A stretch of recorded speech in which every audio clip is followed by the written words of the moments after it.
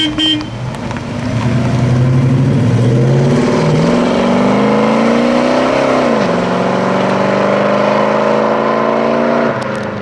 at Coyote Classics, we are going to be checking out one of my favorite muscle cars. This is a 1970 Plymouth Road Runner, finished in a factory Sublime Green. It's got the air grabber. I mean, all around this car is freaking badass. It's an awesome word for it, man. Really cool. This is a super, super cool car. Speaking of the air grabber, let's check that out.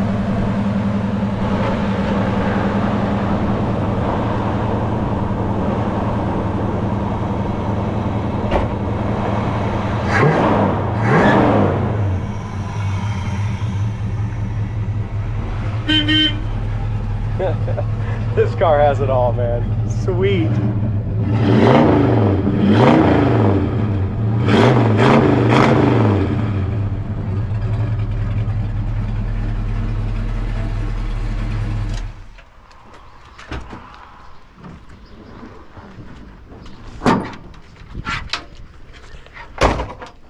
That was an awesome sound and dual exhaust out the back end of that bumper, man.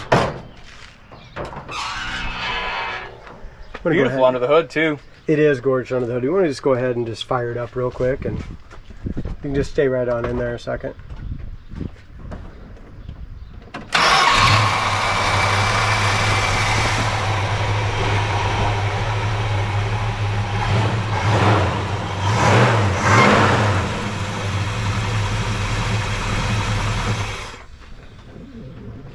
There's nothing cooler than a factory air grabber with a Coyote duster. I mean, tell us a little bit about the history of these things with the Coyote and the Roadrunner. Yeah, so in 1968, when Plymouth first introduced the Roadrunner, they had trouble figuring out a name, and they knew that they liked the Roadrunner cartoon, which was popular at the time, and they liked the idea of having a fast, little, nimble thing that runs around, and so they contracted Warner Brothers to see if they could get a trademark or a licensing deal, and sure enough, they got it just in time for the 1968 model year. And that's what they really wanted. They wanted a budget muscle car because Plymouth felt that the muscle car market had really strayed from its roots of being like affordable performance. And so that's what the Roadrunner was meant to be, having to be a bone stock muscle car that people could really enjoy and get out and burn rubber with. And that, I think that's what this thing really embodies. Yeah, I agree. Was it tough with, to get that? How much do they have to pay them? Do you know, from Warner Brothers? Did you ever do that research? I did a little bit. I think it was somewhere, it was peanuts for today's like 50 money. grand, yeah, I think. It was like 25 to 50 grand. It was not, it was not a lot. And think how much they made off that logo, dude. God, Tons. Yeah. And it was a huge success. People just bought these things up in droves. And in fact, the idea was so perfect that Motortrend named this car the 1968 car of the year, the Roadrunner. Really? I didn't know that. That was pretty sick. So, and that's kind of why, they wanted to make an affordable muscle car. That's why a lot of them had bench seat column shift. Mm-hmm. A lot of misconception. There were people like, oh, it's got a bucket seats console. No, if you wanted bucket seats, man, you went up and got the old man version, the GTX, which is cool too. Exactly. You got a little better interior, you got bucket seats console, you got a little more trim on the bottom, and you didn't get any of that flashy kid freaking Roadrunner and Coyote, right? What neat colors they had too. This has got to be one of my favorites. How freaking cool! Just with the Coyote and the freaking got the helmet, and this is badass. And then how about the air grabber system? Very neat. It's just cool. And in 1970, with the air grabber coming up with the shark teeth, I mean, that's just really cool. This car is an original Sublime car.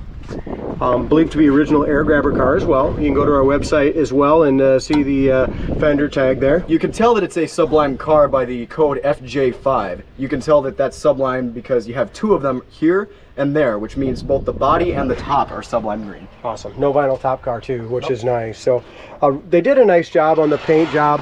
I'm guessing it was years ago though. It was painted probably sometime in the last 8 to 15 years. It's been buffed out really nice to a beautiful shine. And the other thing with this car is suspension wise, drivetrain wise, I mean, this is a very, very tight original Sublime Roadrunner. As far as our bumper and grille, all that's been replaced. It's just gorgeous. Really good gap from front to back here. Back of the hood lines up very nicely to the cowl, top of the fender, top of the door. We're gonna have a little paint issues like this. It's got just a little bit of a Little paint crack right there. Again, not a perfect car. A little later today, we're going to be showing you a 1970 version of the Dodge, which is a Cornet Super B original Sublime car, and that one's going to be closer to a 9.5, 10 car. But this is a gorgeous turnkey local car show quality driver is how I would put this. And we sponsored a concert last week, and we had some of our cars there. We had this one in that six-figure Dodge Super B, and this thing was honestly getting as much, if not more, excitement or action from people than that Super B. Probably because more people related to this. More people had the Roadrunner than the Super B. You know what I mean? Absolutely. It just was like Shay said, it was a affordable muscle car. Right. You know, and these badging, the Roadrunner badging, helped a lot. That thing really kind of helped advertise these cars, and a lot more people bought these Roadrunners than they did Super Bs, and that's why you see more of them. But honestly, these things are just, you don't get too many of them. I love seeing these cars on the road. yeah, This is unique too. They only put that on the passenger side, that Chrysler emblem. You know how many times we had people say, "Oh, you're missing one on the driver's side." Yeah. We've kind of did some research. I was just checking this out, guys. It's just a little bit of a kind of a little glue here, and it comes right off. I'm not really sure what that is, but lower fender lines up really nicely to the front of the door. Same thing here, back of the door, back quarters, great. It's really clean. Got just a little bit, I noticed you can't even see some of these imperfections out in the sun, but it had just a little bit of shrinkage, just a little dry spot in here somewhere. I'm not sure even where it's at right now. And it's got a little ding right here on this passenger side door that definitely would come out, I'm sure, with a paintless dent repair guy there. Chrome mirrors are in excellent shape, but here's what the absolutely best part of the car is. I'm going to say this interior is a 9.5, almost a 10. Definitely. I do not see Roadrunners with this quality of an interior. As far as everything is done brand new, but the quality of paint that they did in the jams and like the inside of the doors on that high gloss, you just don't see that on them, do you? Don't? No, you don't. And all the seats been recovered very professionally. You know, all the chrome trim, even the factory clock works on that tick. Factory clock, factory tack, everything works. All new. Like I said, everything's pretty much brand new on this car. All new felts, top of the line felts and rubbers, plastic inserts, door jamb paint is beautiful, carpet, scuff plates. Inside corner of the door is 100% rust free. Door jamb paint in here is beautiful. The dash pad is perfect, the dash itself. So many of these Roadrunner dashes are just really shitty, and you can look for a Roadrunner, you're not going to find one with this kind of an interior. There's no way. I mean, very highly restored interior. All the bezels are brand new. I called it bezel. Someone else called it bezel once. I thought that was kind of funny. I know, I was waiting. I had to say that. Haven't you heard that quite a bit, I have though? heard that quite a bit. I know. Kind of like we say council. I know, but I'm sure it's bezel. I'm sure the hell the name isn't bezel. I think it's bezels. Bezels and bumps. Anyway, It's another gotta thing have. Yeah, I go thought ahead. that was really cool on this car. The interior has been restored to factory spec. So I was looking at the original fender tags, and all of the fender tags match up with the colors on this interior, and that's what I thought was really cool. Nice. All the plastic trim has all been replaced. All the visors and dome light works. Headliner's mint. There's not a wrinkle in the headliner. Like I said, you're not going to find many Roadrunners, even if they're a $100,000 car, that's going to have as nice as an interior as this one. That's what's really cool about it. Up and down the sides of the body lines up beautifully. The door lines up good. Very, very straight. It's got a little scratch right through here. Just a little scratch, might be able to be buffed out a little bit, but there is a minor scratch there. Back bumper's in great shape as well. Yeah, good point, though. It's got just a little bit of surface rust right here, right under that trim right there. Inside the trunk is 100% original matte still, all original paint in the trunk. They did not jam that out. To be done professionally, that probably should have a little work done and jam the trunk like they did the motor and the doors, you know, because that is all original paint there. The trunk lid lines up really nicely. You know, so many of them, all the quarters have all been cut off and butchered. This one's great. Tail light lenses are great. The chrome around them's nice. It's got a paint touch up here that's definitely not the right color, so it does have a chip here. As we look up and down the driver's side, again, very, very straight car. Back of the quarters are nice. Tires are in great shape. I love the rally wheels look on this. One other thing, we'll try to get to some information, or if you're talking to a salesman, ask them about it. When we were out at the car show with this last weekend, I popped the trunk. This car was in one of the big classic car magazines. It had an article probably in the 80s, early 90s of this particular car. Very neat. So a lot of pictures, a lot of information, stuff like that on it as well. I think it was Carcraft, I'm pretty sure, Carcraft magazine.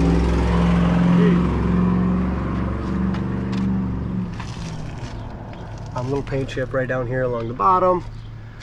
Another one here just along the edge. But I love the dust trail too. Now that's an option. They don't all have the dust trail on it, but I'm a big firm believer that you got to have a dust trail with it. Bottom of the fender lines up nice with the door as well. Back of the hood, our gaps are great on it. Really nice. A couple little paint touch-ups here. Right there.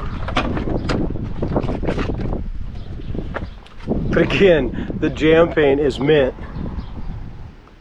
Factory sticker right there, really nice and clear. Rust-free doors inside and out.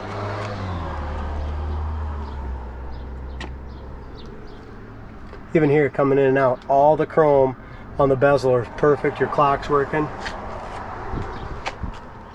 New chrome on the seats.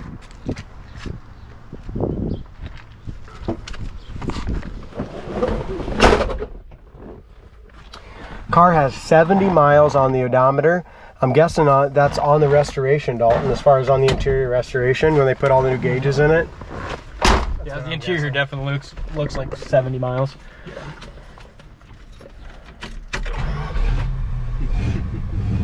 Yeah, all your gauges work. Yeah, we already talked about the horn. Lights work, dash lights work, dome light works. Factory tack works, clock works. Here's your switch for that air grabber right there. Works perfect, doesn't it? Yes, it does.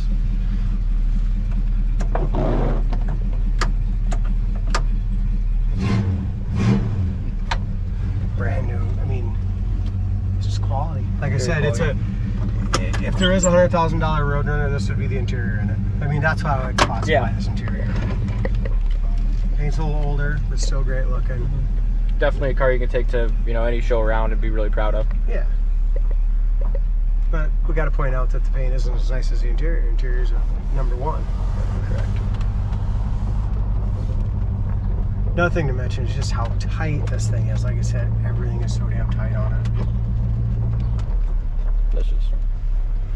How's it feel back there, Shay? Seats are really comfortable, great vinyl coverings. Like I said, all of this stuff matches to the original fender tag and the VIN number, which I thought was probably the coolest part about this interior restoration. It's not often you see interiors quite like this, and even rarer still that they're restored to factory spec, which I thought is pretty cool. It's sweet. We got great oil pressure. I didn't mention that. Temperature gauge is starting to come up just a little bit. Oil pressure is at 40 right now, and we're only at about 800 RPM, so great oil pressure. Alternator gauge works, tack works, clock works, odometer, speedometer, you name it, but it works. There you go. That was pretty smooth. Yeah, real nice bezels in there too. Bezel. Good check out our brakes here. Now those stop straight. Yes, they do. Before we hit the highway, should we hit the air grabber? Yes, sir. This is such a great feeling watching that thing come up. I don't even know if it does anything, but it's pretty cool. Pretty damn cool, huh?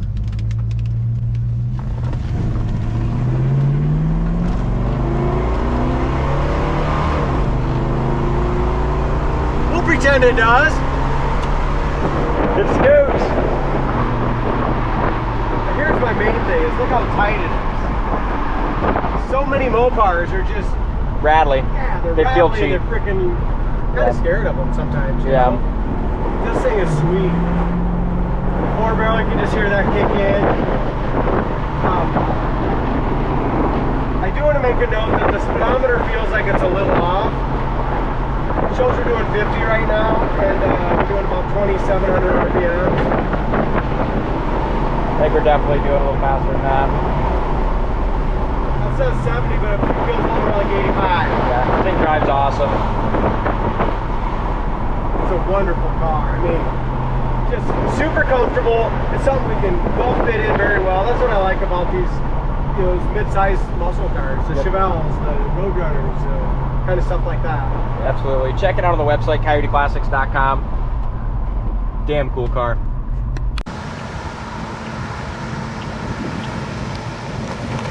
Beep beep.